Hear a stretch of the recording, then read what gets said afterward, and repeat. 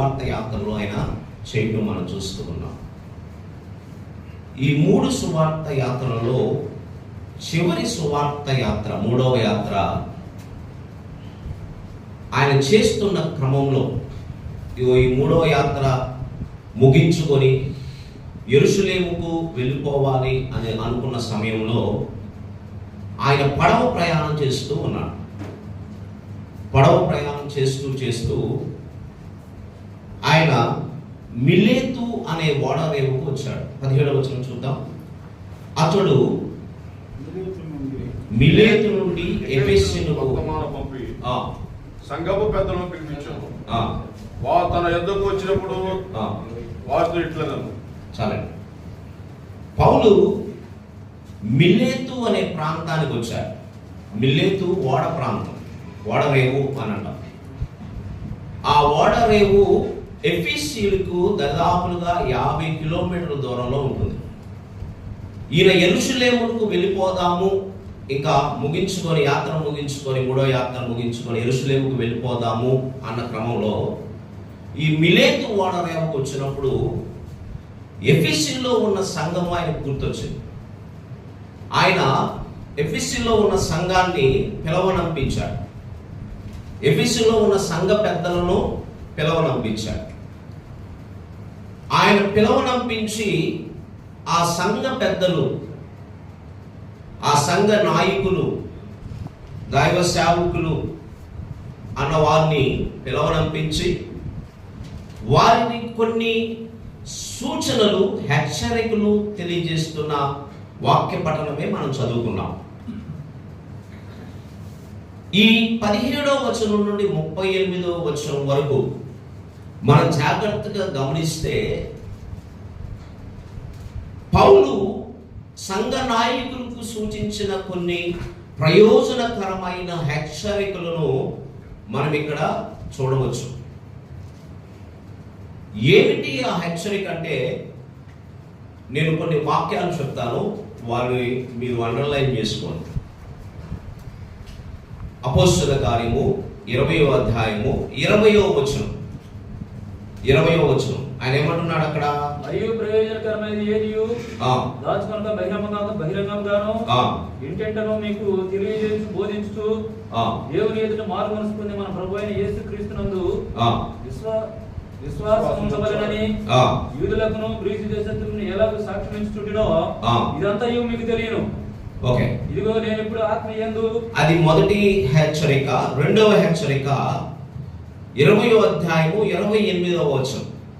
20వ అధ్యాయం, అదే అధ్యాయం 28వ వచనం. దేవుడు తన తురత్వమిచ్చి సంపాదించిన సంఘమును కాయుటకు పరిశుద్ధాత్మ మిమ్ముని దేని యందు అధ్యక్షులుగా ఉంచెను ఆ యావత్తు మందను గూర్చియు మీ మట్టుకు మిమ్మును గూర్చియు జాగ్రత్తగా ఉండుడి.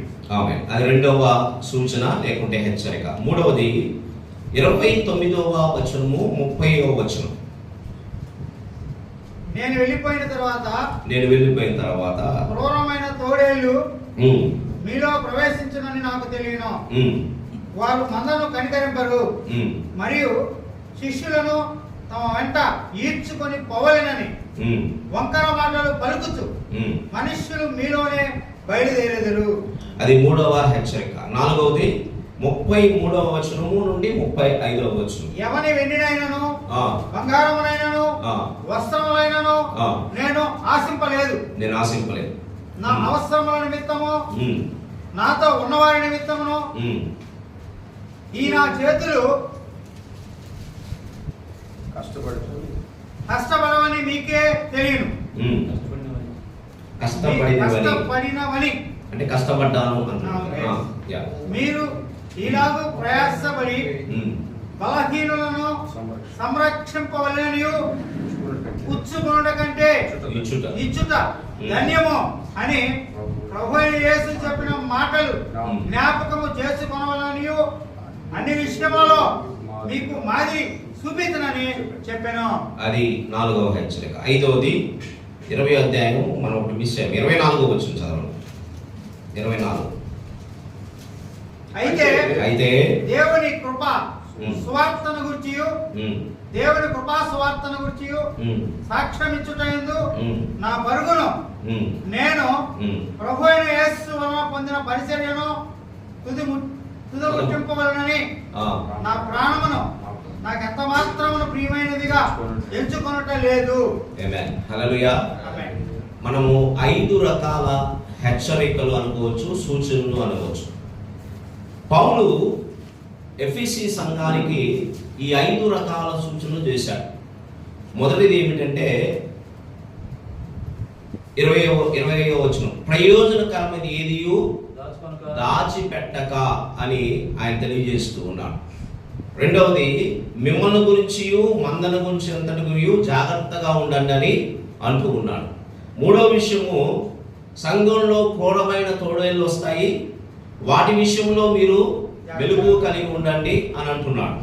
నాలుగోది, వెండి బంగారాలు ఆశించొద్దు, అంటే ధనమును ఆశించొద్దు, అట్టి విషయంలో మనం బలహీనులు అవుతాము, వాటిని ఆశించకుండా ఇదిగో మనం పని చేయాలి, అలాగనే అవసరంలో ఉన్న వారిని మనము ఆదరించాలని తెలియజేస్తూ ఉన్నాడు.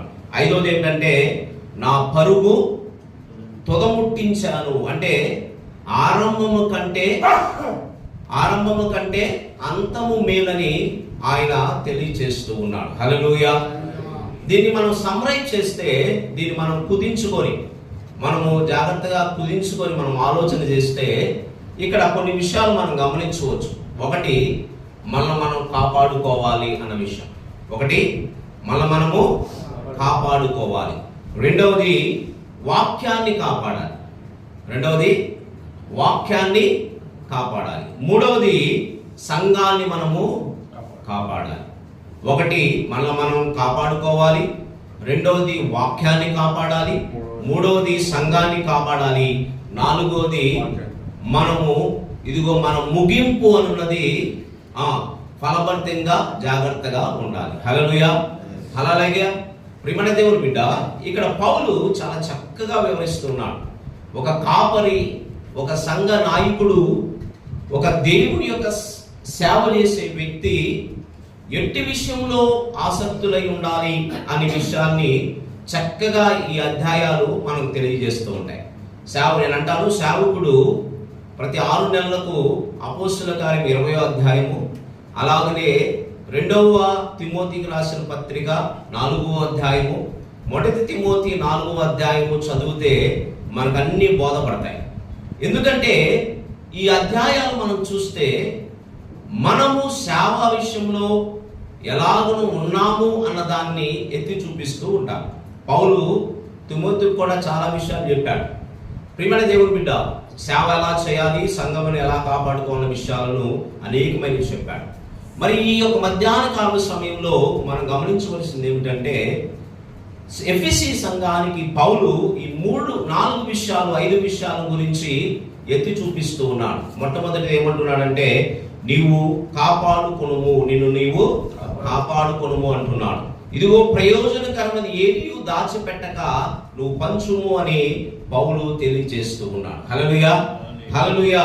చూడండి, దేని విషయంలో మనం కాపాడుకోవాలి, దేని విషయంలో మనము ఇదిగో దేవుని ముందు మనం ఎత్తి చూపించుకోవాలంటే పౌలు తిమోతితో అంటాడు. 1 తిమోతి 4వ అధ్యాయము 16వ వచనంలో ఇలాగ రాసుకొస్తూ ఉన్నాడు. చదవండి. 1 తిమోతి 4వ అధ్యాయము 16వ వచనం. నిన్ను గురించి నీ బోధన గురించి జాగ్రత్త కలిగి ఉండుము, వీటిలో నిలకడగా ఉండుము, నీవిలాగు చేసి నిన్నును నీ బోధ వారిని రక్షించుకుందువు. ఆమేన్. హల్లెలూయా. హల్లెలూయా. ప్రియమైన దేవుని బిడ్డ, మొట్టమొదటిది ఆయన అంటున్నాడు, నిన్ను గురించి బోధన గురించి జాగ్రత్త, అంటే మనల గురించి మనం జాగ్రత్త కలిగి ఉండాలి. చూడండి, ఈనాడు మనం గమనిస్తే సాక్ష్యం అనేది చాలా ప్రాముఖ్యమైనది. మనము ఎంత సేవ చేశామన్నది దేవుని దృష్టిలో లెక్కకు రాదు. కానీ దేవుడు ఎప్పుడు ఎన్ని ఆత్మలను నువ్వు రక్షించావు, లేకుంటే ఎన్ని సంఘాలు కట్టామన్నది ఆయన లెక్కను చూడడు. కానీ ఆయన అంటాడు బలా నమ్మకమైన దాసుడా అని పిలుస్తాడు. హల్లెలూయా. ఎంత నమ్మకంగా ఉన్నామన్నది ప్రాముఖ్యత. ఇదిగో మన గురించి మనము నమ్మకత్వము కలిగి ఉండాలి. దేవుని దృష్టిలో నువ్వు నమ్మకమైన వాడుగా పిలువబడుటకై మనల్ని దేవుడు ఎన్నుకున్నాడు. కానీ ఇదిగో మనము నమ్మకం లేకుండా మన సాక్ష్యము దేవుని ముందు ఇదిగో ఇతడు నమ్మకమైన వ్యక్తి అని పిలువబడకుండా మనం చేసే సేవ ప్రయోజనకరమైతే కానే కాదు. ప్రభు అంటున్నాడు మనకు సాక్ష్యం అనేది చాలా ప్రాముఖ్యమైనది. సేవలో సాక్ష్యం అనున్నది ప్రాముఖ్యమైనది. సేవకుడు సాక్ష్యం కలిగి జీవించాలి. ఇదిగో మనం ఎట్టి విషయంలో సాక్ష్యం కలిగి ఉండాలి. మనం అన్ని విషయాలలో దేవునికి యోగ్యమైన సాక్ష్య జీవితం మనం కలిగి ఉండాలి. సాక్ష్యం లేని వ్యక్తి, సాక్ష్యం లేని సేవకుడు మనం ఎంత సేవ చేసినా నిష్ప్రయోజనమే. చూడండి, మంచి సేవకుడు మంచి సాక్ష్యం కలిగి ఉండాలి. మంచి సాక్ష్యం కలిగి మనం జీవించవలసిన అవసరం ఎంతైనాను ఉన్నది. మన జీవితంలో మనం ఎన్ని సంవత్సరాలు మనం ఆత్మీయ యాత్ర చేశామన్నది ప్రాముఖ్యత కాదు, కానీ ఎంత మంచి సాక్ష్యం కలిగి ఉన్నది ప్రాముఖ్యత. చూడండి, యేసన్న గారు గొప్ప సాక్ష్యం కలిగి జీవించాడు. ఆయన ఉదాహరణకు ఆయనకి సొంత ఇల్లు కూడా లేదు. అవునండి, సొంత ఇల్లు కూడా లేదు. భక్త సింగ్ గారు మంచి సాక్ష్యం కలిగి జీవించారు. ఇలాగున మనము ఇదిగో చాలా సమయాల్లో మనము వేలు పెట్టి లెక్క వేయవచ్చు గొప్ప సాక్ష్యం కలిగి జీవించిన వారు. ఈరోజు సమాజం మనం చూస్తే సేవకులను దూషిస్తున్న వారును, సేవకులను అవమానపరుస్తున్న వారును మనము చాలా చూస్తూ ఉండవచ్చు.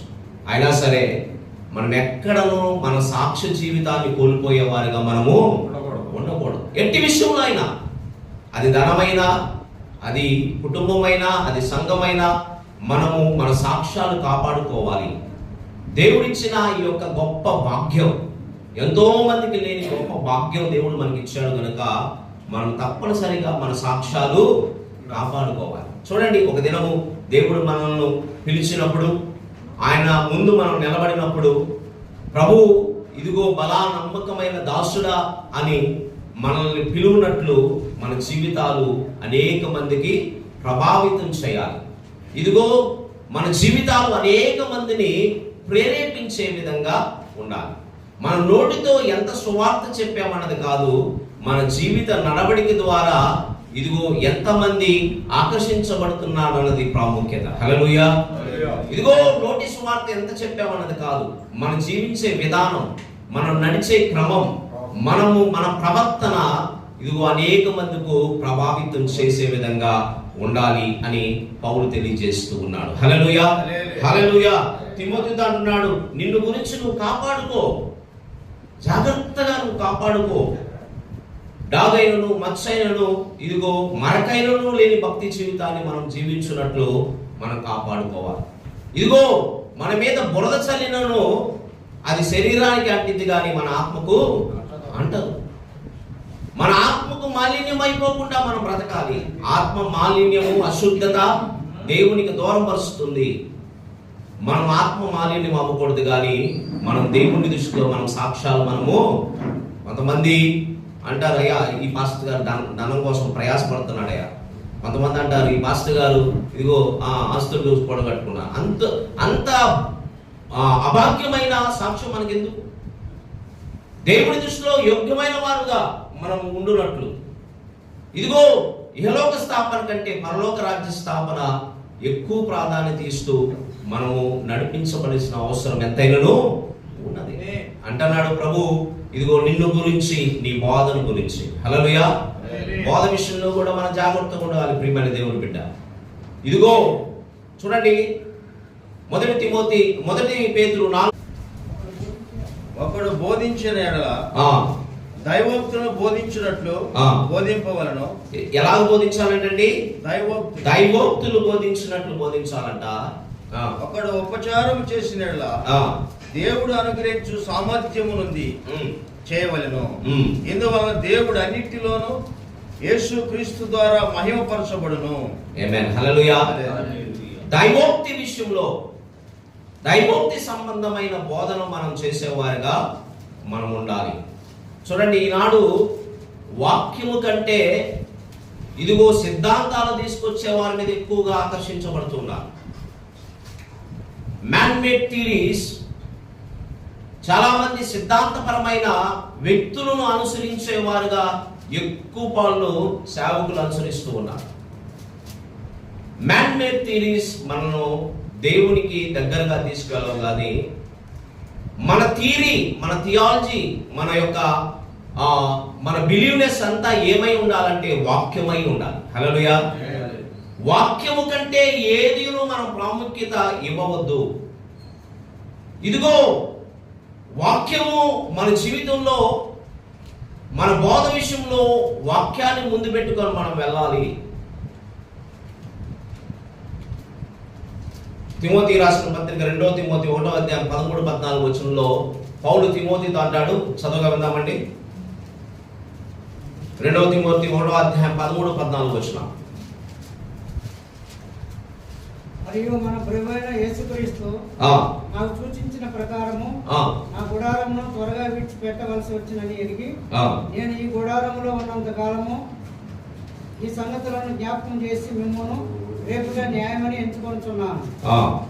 నేను మృతి పొందిన తర్వాత కూడా మీరు నిత్యం వీటిని జ్ఞాపకం చేసి 2 తిమోతి 1వ అధ్యాయం. క్రీస్తు యేసునందు ఉంచవలసిన విశ్వాస ప్రేమలు కలిగిన వాడవై నీవు నా వలన వినిన హితవాక్య ప్రమాణమును గైకొనుము. నీకు అప్పగింపబడిన ఆ మంచి పదార్థమును మనలో నివసించు పరిశుద్ధాత్మ వలన కాపాడుము. ఆమేన్. హల్లెలూయా. ఏమంటున్నాడండి? హితవాక్యము, ఆ ఫుట్ నోట్ లో ఉంటుంది, ఆరోగ్యకరం గల వాక్యము అని. ప్రియమైన దేవుని బిడ్డ, హితవాక్యము మన జీవితంలో వేయబడి చేయాలి. మన బోధ ఎట్లా ఉండాలి? హితవాక్యము కలిగిందిగా ఉండాలి. వాక్యానికి మనము ప్రాముఖ్యమైన స్థానం మనం ఇవ్వాలి.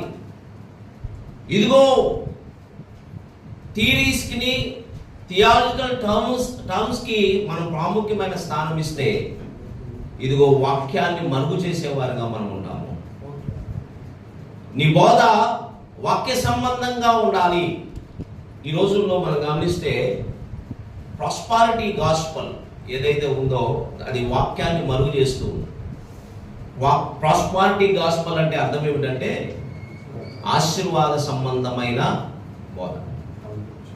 ప్రియమైన దేవుని బిడ్డ, పాత నిబంధనలో ప్రభువు తన యొక్క బిడ్డలను బలపరచడానికి ఆశీర్వాద సంబంధమైన ఇదిగో దీవెనలు దయచేశాడు. మరి కొత్త నిబంధనకు వచ్చేసరికి మనం యేసు ప్రభు మరణించిన తర్వాత మన బోధ ఏమై ఉండాలంటే క్రీస్తుని గురించి బోధ అయి ఉండాలి. హల్లెలూయా. ఏమై ఉండాలంటే క్రీస్తుని గురించి బోధ ఉండాలి, మారు మనసుల గురించి బోధ ఉండాలి, రక్షణ గురించి బోధ ఉండాలి. ఇదిగో పరలోకమును గురించిన బోధ మనము చేయవలసిన అవసరము ఎంతైతే ఉన్నది. ఈరోజు ప్రాస్పారిటీ గాస్పల్ మన నిజమైన సువార్తను, నిజమైన వాక్యాన్ని మరుగుపరుస్తూ ఉన్నది. ఏ వ్యక్తులైనా సరే మనము మన బోధ ఎట్లాగూ ఉండాలంటే ఇదిగో వాక్యానుసారంగా ఉండాలి.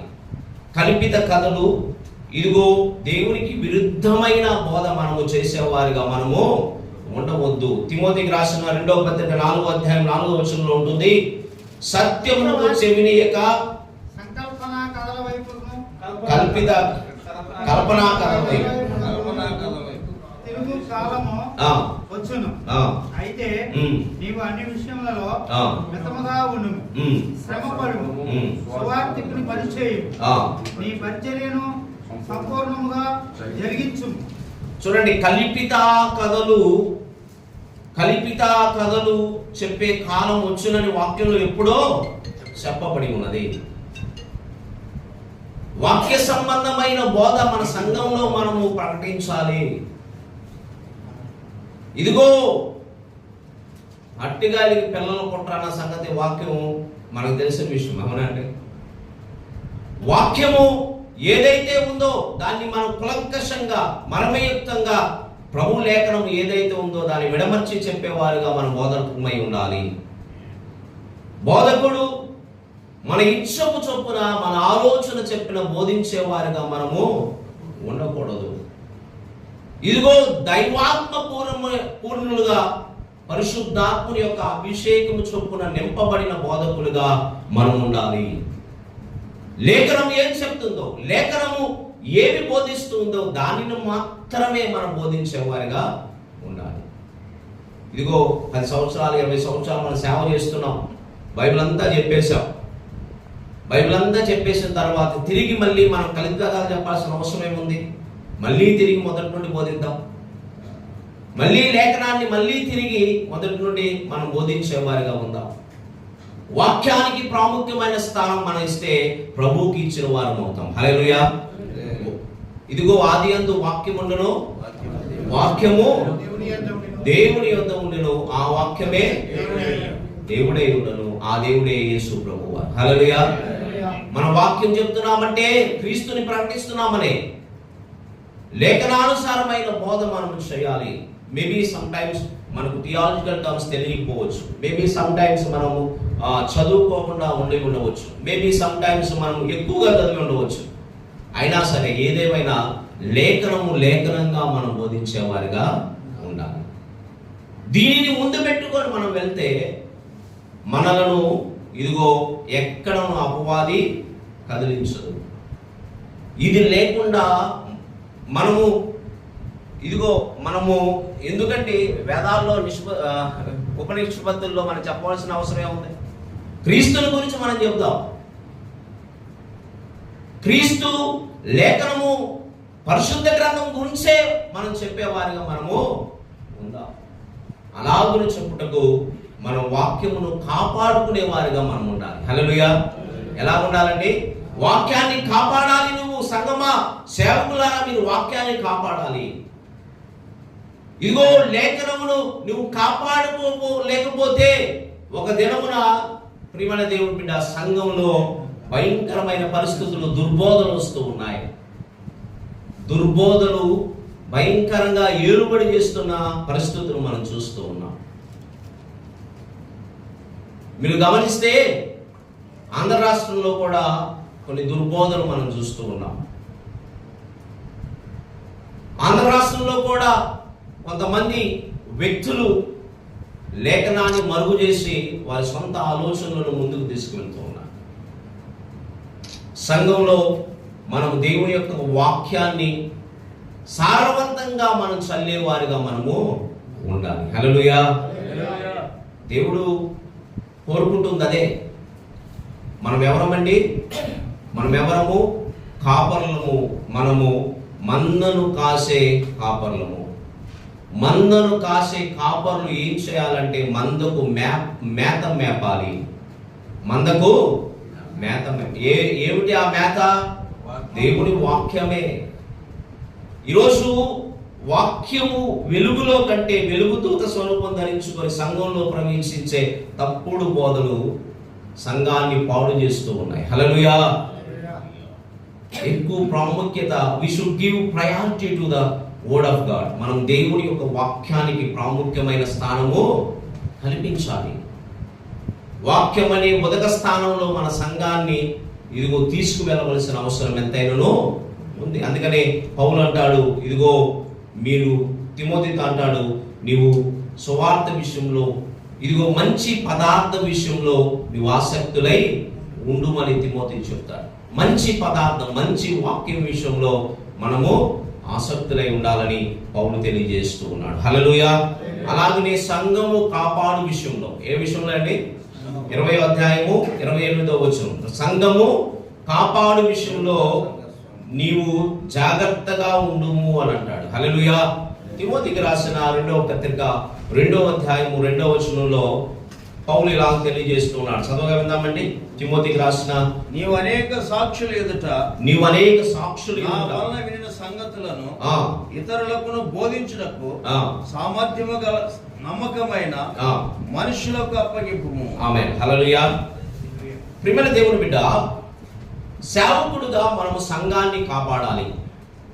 ఏం చేయాలండి? సంఘాన్ని కాపాడాలి. సంఘము, నీవు దేవుడు పిలిచిన దర్శనం ఏదైతే ఉందో ఆ దర్శనాన్ని పట్టుకొని నువ్వు సంఘాన్ని స్థాపించిన నువ్వు మరణించిన తర్వాత ఆ సంఘం ఏమైపోతుంది అనే ఒక ఆలోచన నీకు ఉండాలి. మనం చచ్చిపోయిన తర్వాత మన సంఘాలు ఏమైపోతాయండి? ఏమైపోతాయి? ఎవరు తీసుకుంటారే గారు? పౌలు ఏమంటున్నాడు? చదవండి, 2వ అధ్యాయం 2వ వచనం. నువ్వు అనేక సాక్షులు ఎదుట సంగతులను ఇతరులకు బోధించుటకు సామర్థ్యం గల నమ్మకమైన మనుషులకు అప్పగింపు. ఏమంటున్నాడండి? సామర్థ్యమైన మనుషులకు. నేను పాస్టర్ కాబట్టి నా కొడుకు పాస్టర్ అవ్వాల్సిన నెసెసిటీ లేదు. హల్లెలూయా. సామర్థ్యత కలిగిన వ్యక్తులకు నువ్వు అప్పచెప్పాలి.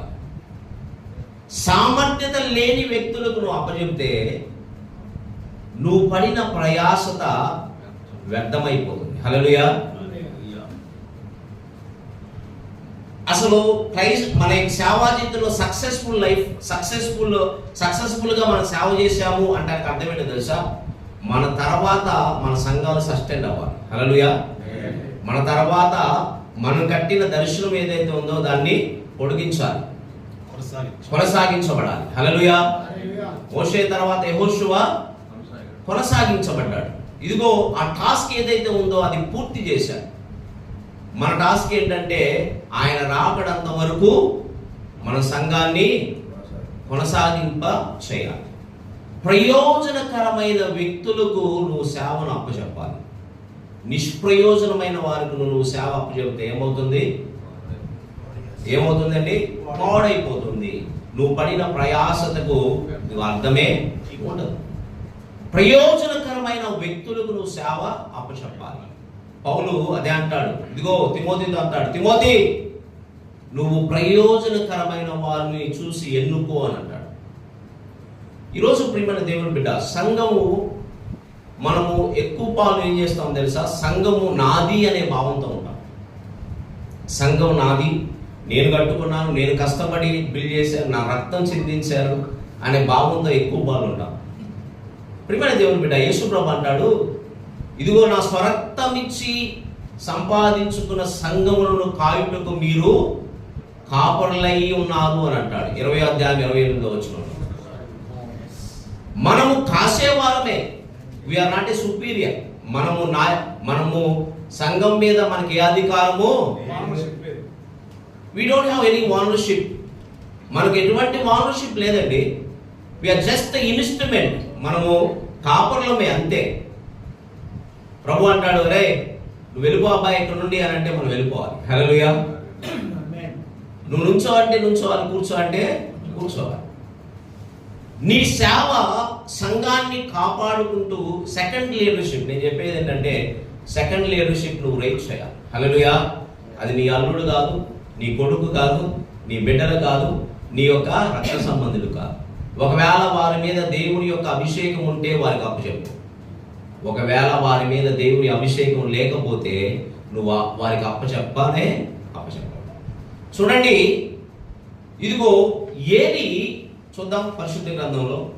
ఏలి యాజకుడుగా ఉన్నప్పుడు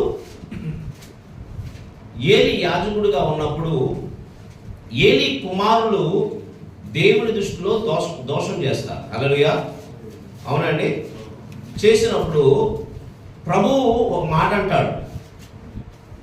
అక్కడ చక్కగా రాయబడి ఉంది. ప్రభువు ఒక మాట అంటాడు. ఏమనంటాడంటే,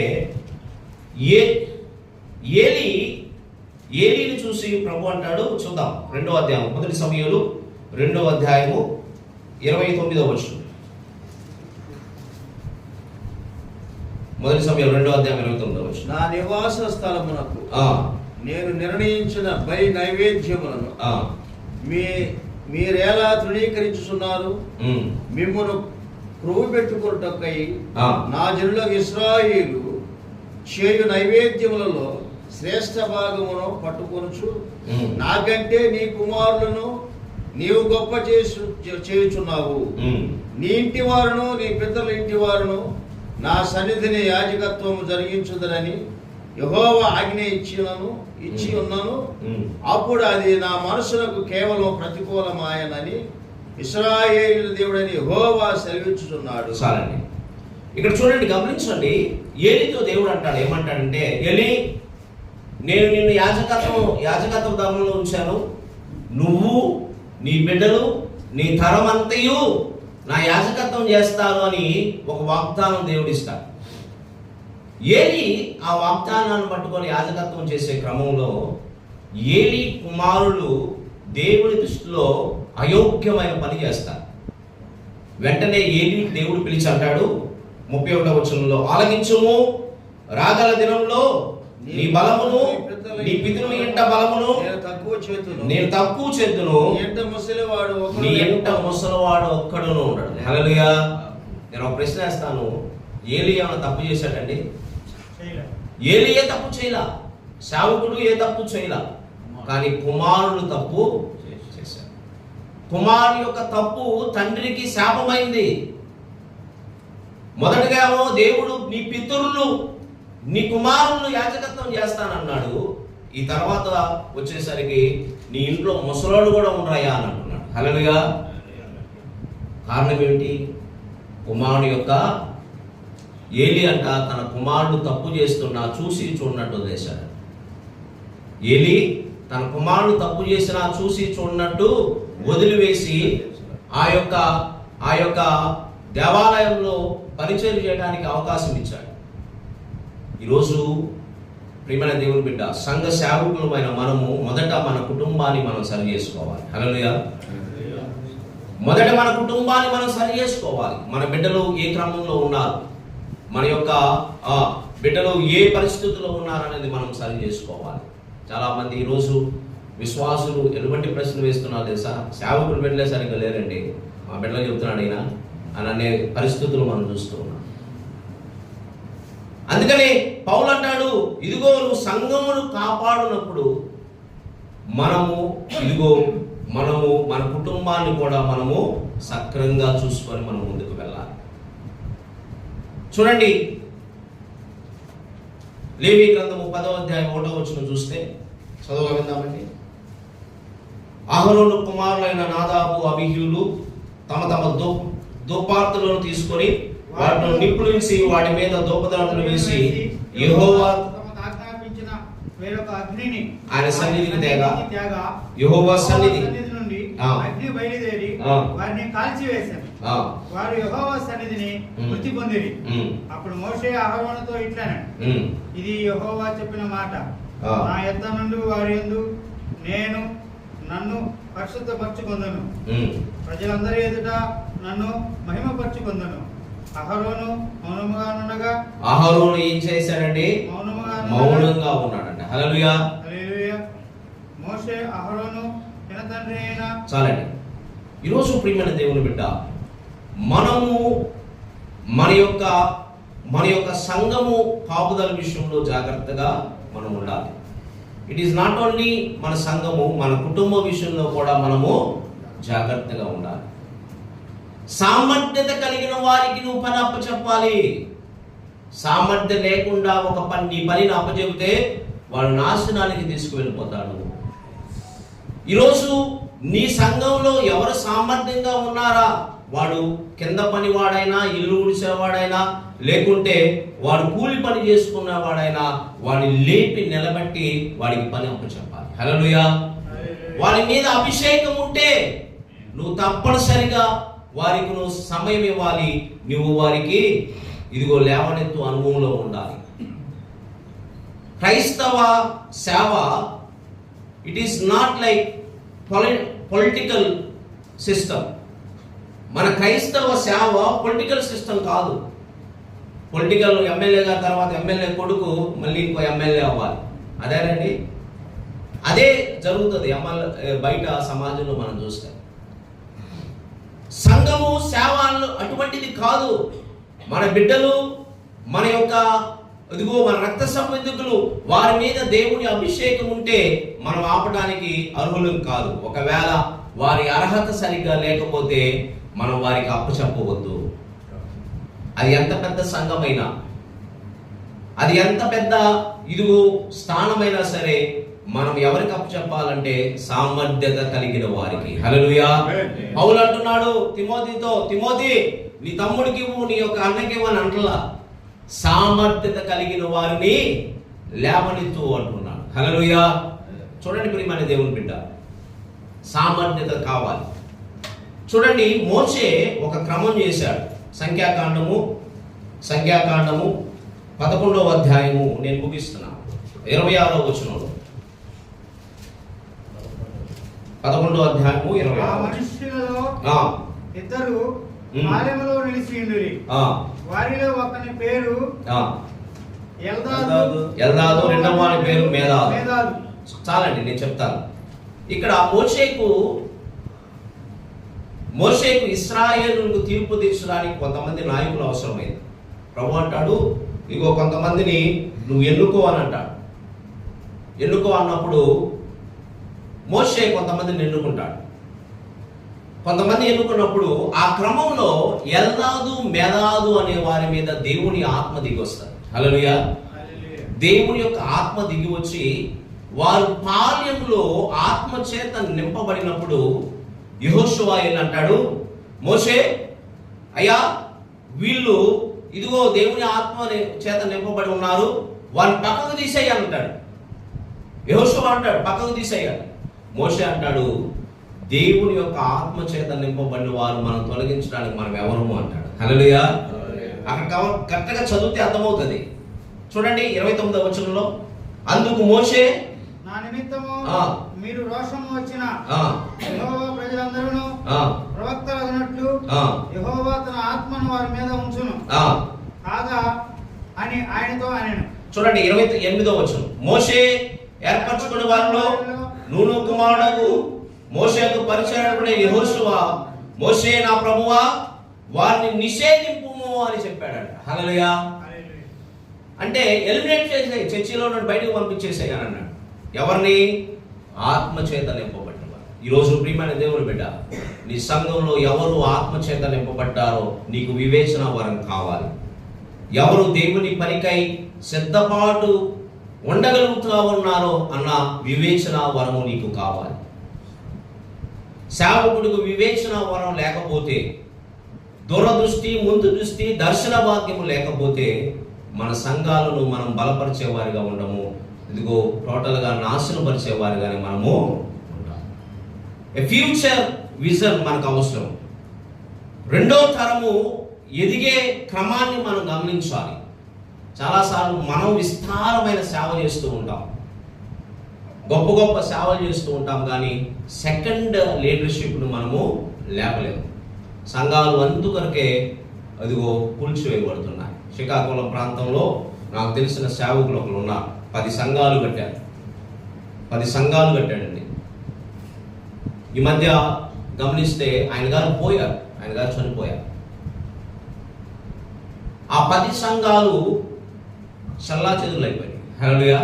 చల్లాచెదురులైపోయాయి. ఎవరెవరో వచ్చేసి ఇదిగో సంఘాలను తీసుకెళ్ళిపోయారు. కారణం ఏమిటి? ఆయన తరువాత రెండవ నాయకత్వాన్ని ఆయన లేపలేకపోయారు. అది చిన్న సంఘమైనా పెద్ద సంఘమైనా మనం రెండవ నాయకత్వాన్ని లేవనెత్తాలి. We should raise the second leadership. మోషే యెహోషువను లేవనెత్తాడు. అంతమంది విస్తారమైన పనిలో కూడా సామర్థ్యం కలిగిన యెహోషువను కనుగొని లేవనెత్తాడు అతను.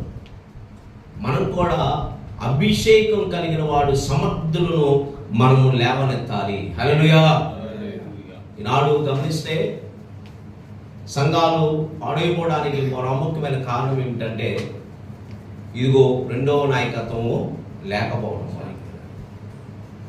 చాలా సమయాల్లో రెండవ నాయకత్వం లేకపోవడం వలన సంఘాలు పాడైపోతూ ఉన్నాయి.